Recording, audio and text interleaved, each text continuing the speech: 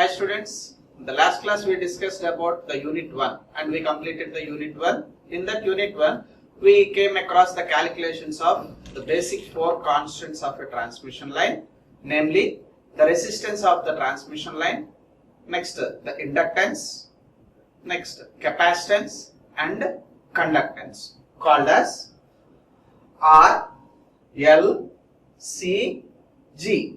So out of these 4 elements, the first 2 elements called as the resistance R and inductance L forms a series impedance called as Z, which is equal to R plus J XL. So where XL is, here we come to know that this the same thing can be written as R plus J omega L.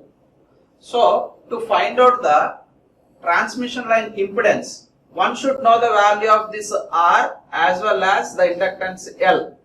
So with the help of our first unit calculations regarding the resistance and the inductance, we come to know the magnitude of impedance of this transmission line, which forms a series element. Coming to the remaining 2 elements called as shunt capacitance and shunt conductance, called as G and C, helps us to find out the value of shunt admittance. So that shunt admittance Y is given as G plus J BC, where G is shunt conductance and BC is susceptance, capacitive susceptance. So in expansion we can write that as G plus J BC is nothing but 1 by XC, that is G plus J. What is 1 by XC? 1 by XC is omega C. So to find out the magnitude of this shunt admittance, we should be knowing the value of conductance G and also the value of capacitance of that transmission line. So altogether, if you check out, to model the transmission line mathematically, we require the elements called Z and Y, which is equal to R plus J omega L and Y is equal to G plus J BC. Out of these Z and Y elements called series and shunt elements, 4 quantities we have calculated in the first unit, R, L, G and C, right? So the entire transmission line is of depending upon the length. The entire transmission line depends upon the length, and also in the introduction part we came to know that the power is generated at a very remote places and the utility is very far distance. So to transmit the electrical power from the generating station to the utility point, we have to use the transmission line, which is modeled with these 2 elements called Z and Y. And the object of subject itself, it is we have to transmit the electrical power from generating station to the utility point in an effective way and efficient way. So what does that means, effective way and efficient way? So the meaning of that effective and efficient way of transmission is decided based upon 2 parameters called efficiency and regulation. How efficient we are transmitting the power without wasting the power. Okay, that gives the parameter called, judging parameter called efficiency. And next thing is how stiff voltage we are providing to the consumers without any deviations, without any fluctuations in the voltage. How stiff voltage we are giving to the consumers is given by the word called regulation. Therefore, efficiency and regulation, these 2 are the performance parameters. These 2 are the performance parameters of any transmission line. So before discussing how to analyze these performance parameters called as efficiency and regulation, let us see what are the various representations of the transmission line. So here we are discussing the various types of transmission lines based upon its length of the transmission line erected in between the power generating station and the consuming point. So our unit 2 deals with the performance analysis of short and medium transmission lines. The performance analysis of short and medium lines. In this performance analysis, we are going to calculate efficiency and regulation. So, and one more point here we have to understand is the transmission line is of very large in kilometers length, and we will make into sections wise based upon the length of the transmission lines. Upon that sections, we will represent that transmission line with our two elements called series impedance and shunt admittance based upon the number of sections. I mean to say, I will show you how to represent the sectional wise of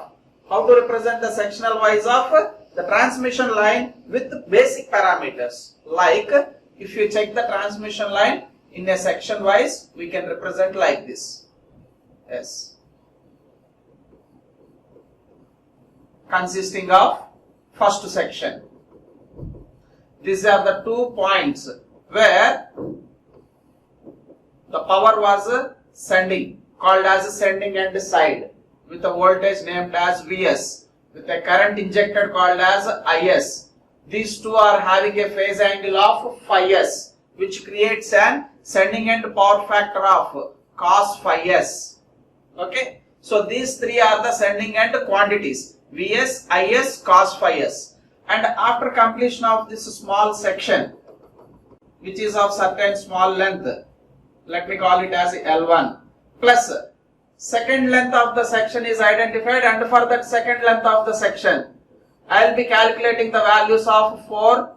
They are R, L, C, G. This is for second section. Calculated for a length of L2. Like that, so on.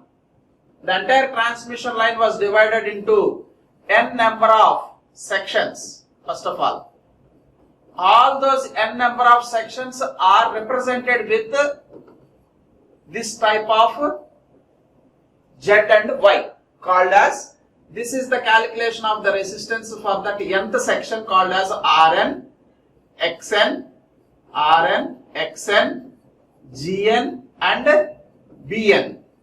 So that Z is equal to Rn plus Xn is for this small section, and Yn is equal to Gn plus Jbn is for this nth section shunt branch. Altogether we are having the entire transmission line with n number of sections. Okay, and finally these two terminals are receiving end terminals, where the quantities are identified as Vr, Ir at a power factor of cos phi r. So total 6 quantities are there with us for the transmission line. Sending end side 3 quantities, receiving end side 3 more quantities. They are sending end side voltage Vs with a current injection of Is, having a phase angle of phi s with a power factor of cos phi s, and the receiving end side is having a quantities of Vr, Ir and cos phi r.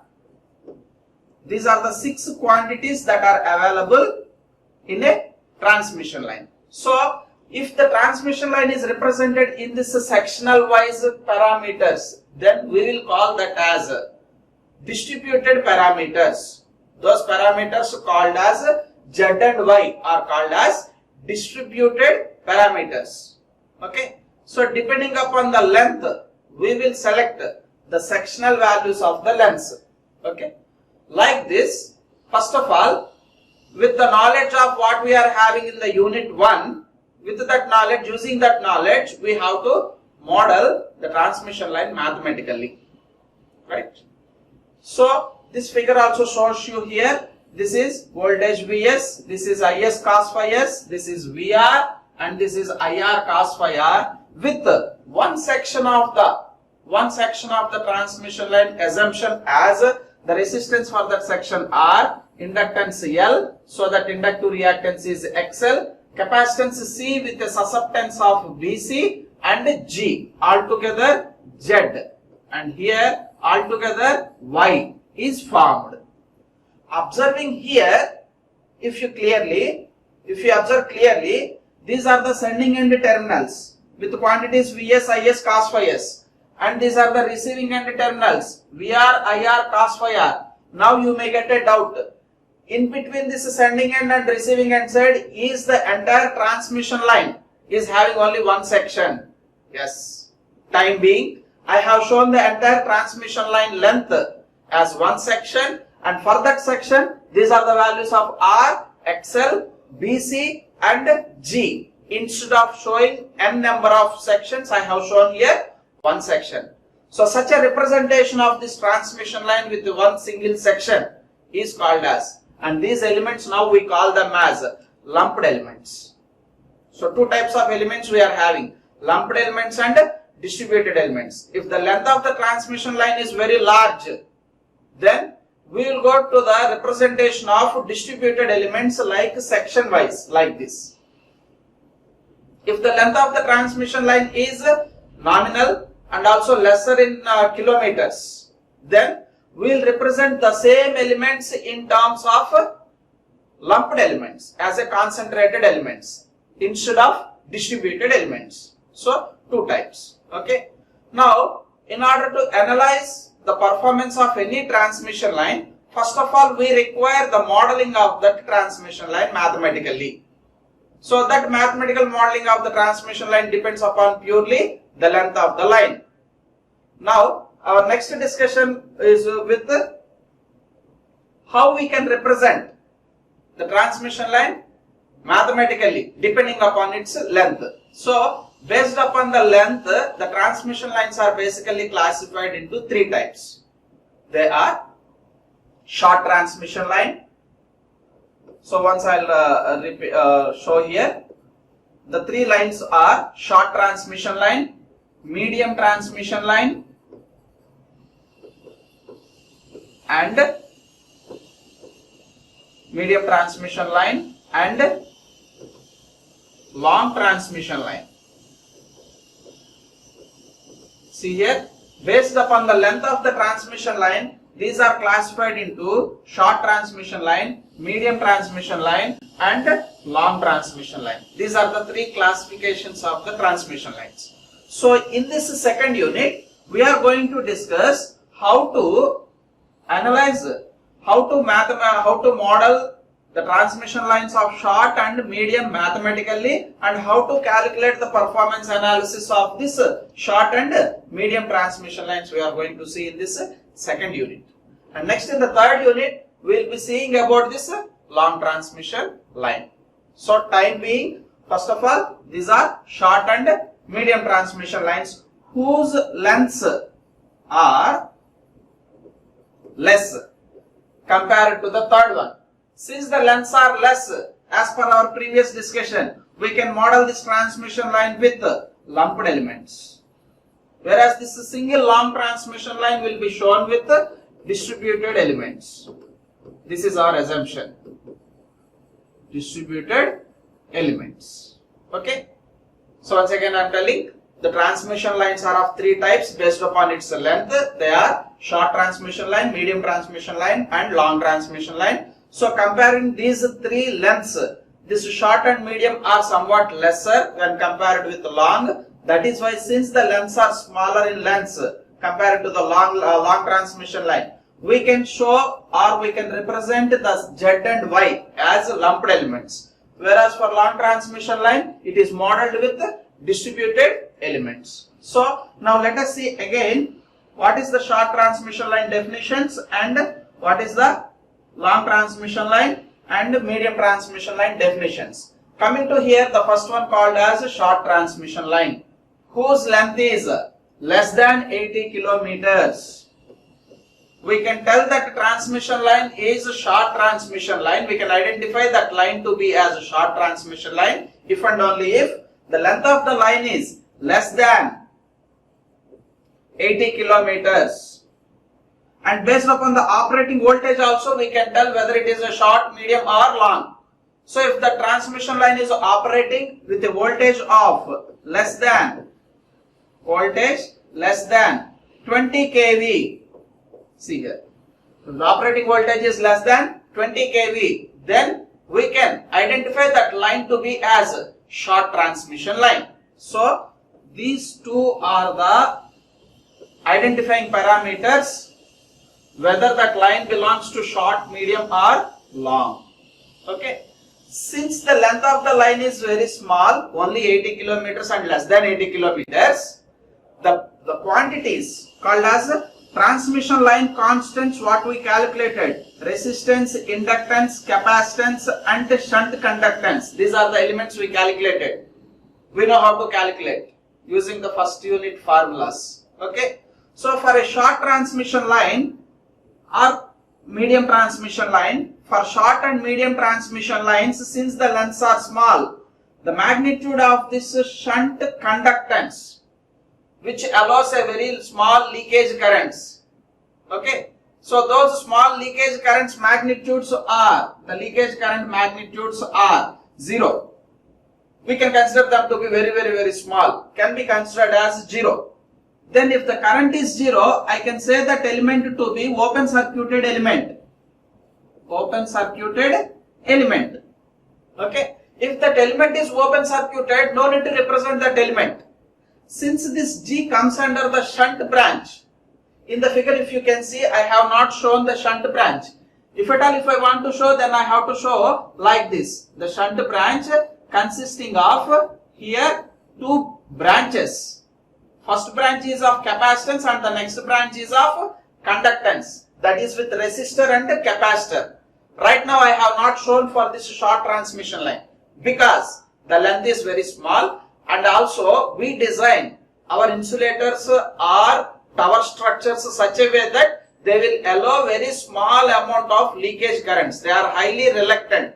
They are highly made up of with resistive materials which doesn't allow the currents. If at all if any small current is passing, that small current we call it as leakage currents whose magnitudes are negligible, can be treated almost to be as 0 currents. Mean to say that here this branch current is 0 and this branch current is also 0. If the currents are 0, then that element is identified as open circuit with high impedance. With the high impedance. That is why I have shown with open circuit. And here also capacitance. Coming to the next one, that is capacitance. The magnitude of this capacitance is directly proportional to the length value of the transmission line. Since the length is very small here, very small, less than 80 kilometers, the magnitude of this C is also small. If this C is small, then what about the ohmic value XC? XC is equal to 1 by 2 pi FC. As I told you that for this short transmission line C is very small, then XC offered for that branch will be very high as it is inversely proportional. So high impedance. High impedance means to say that current magnitudes called as charging currents are almost small, can be considered as 0.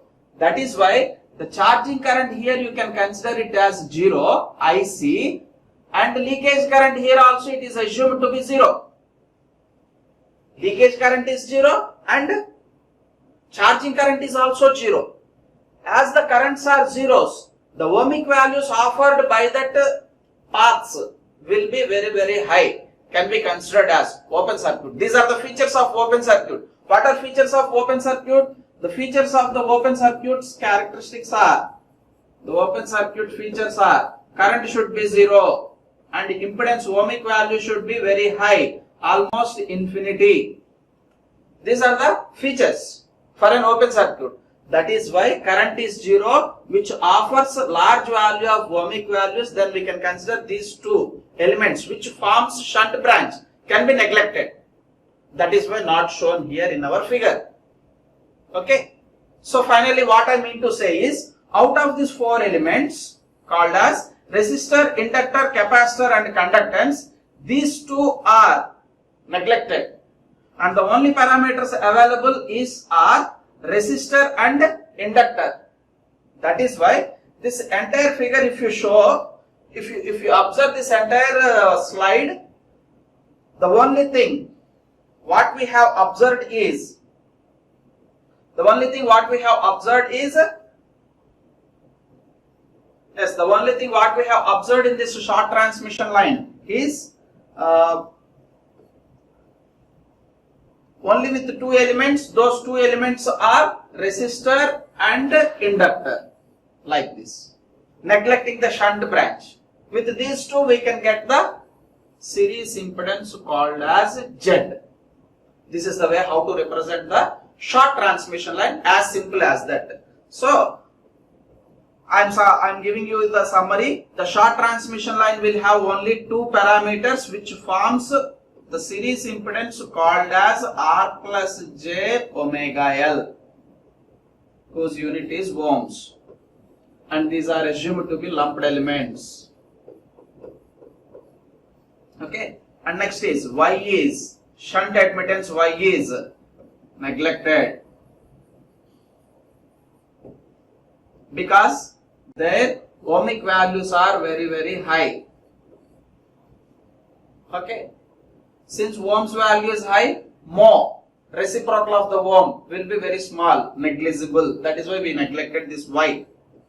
Okay, and the sending end side will have a parameters called quantities, electrical quantities called sending end voltage Vs, sending end current Is, and the power factor on the sending end side as cos phi s. So with the help of these three, we can calculate the sending end power, which is equal to Vs Is cos phi s. Okay, and coming to the receiving end side, we are having a quantities called Vr, Ir, cos phi r, where Vr is voltage available at the receiving end terminals. Whenever the power was transmitted against this series impedance, the quantities will change.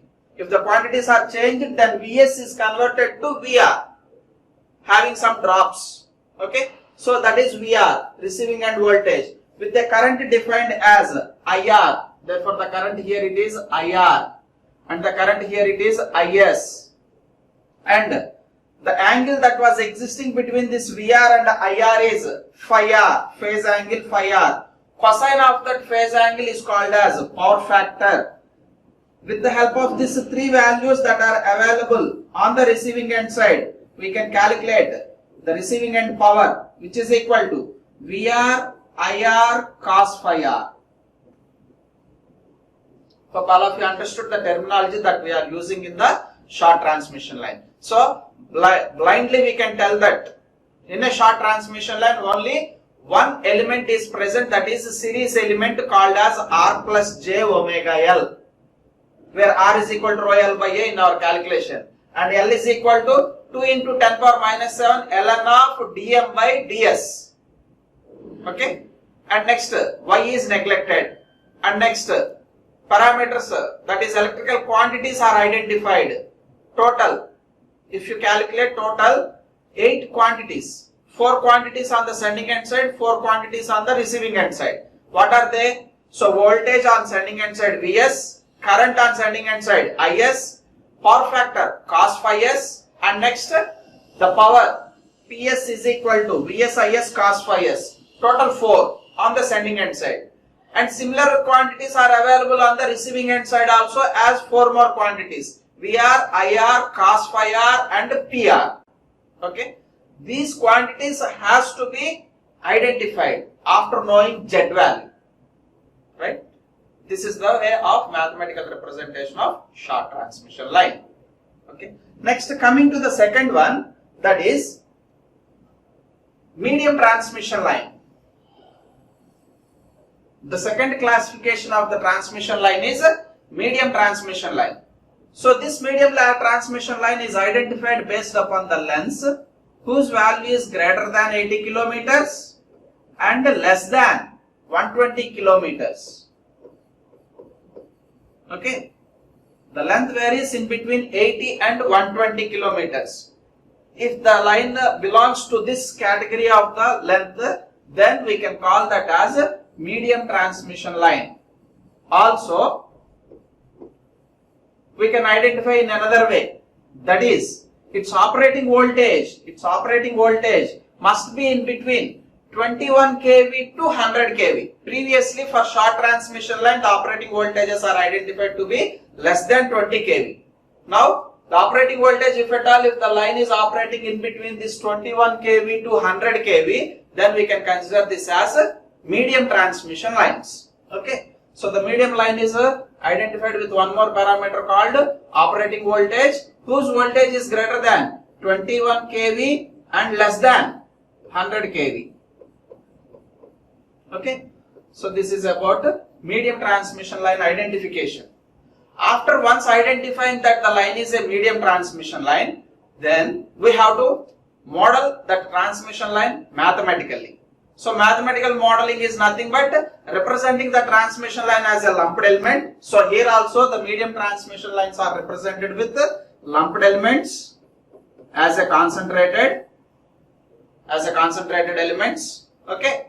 And since these lengths are not that much small as that of the short transmission line, these lengths in the medium transmission line are of somewhat considerable value, like 80 kilometers to 120 kilometers.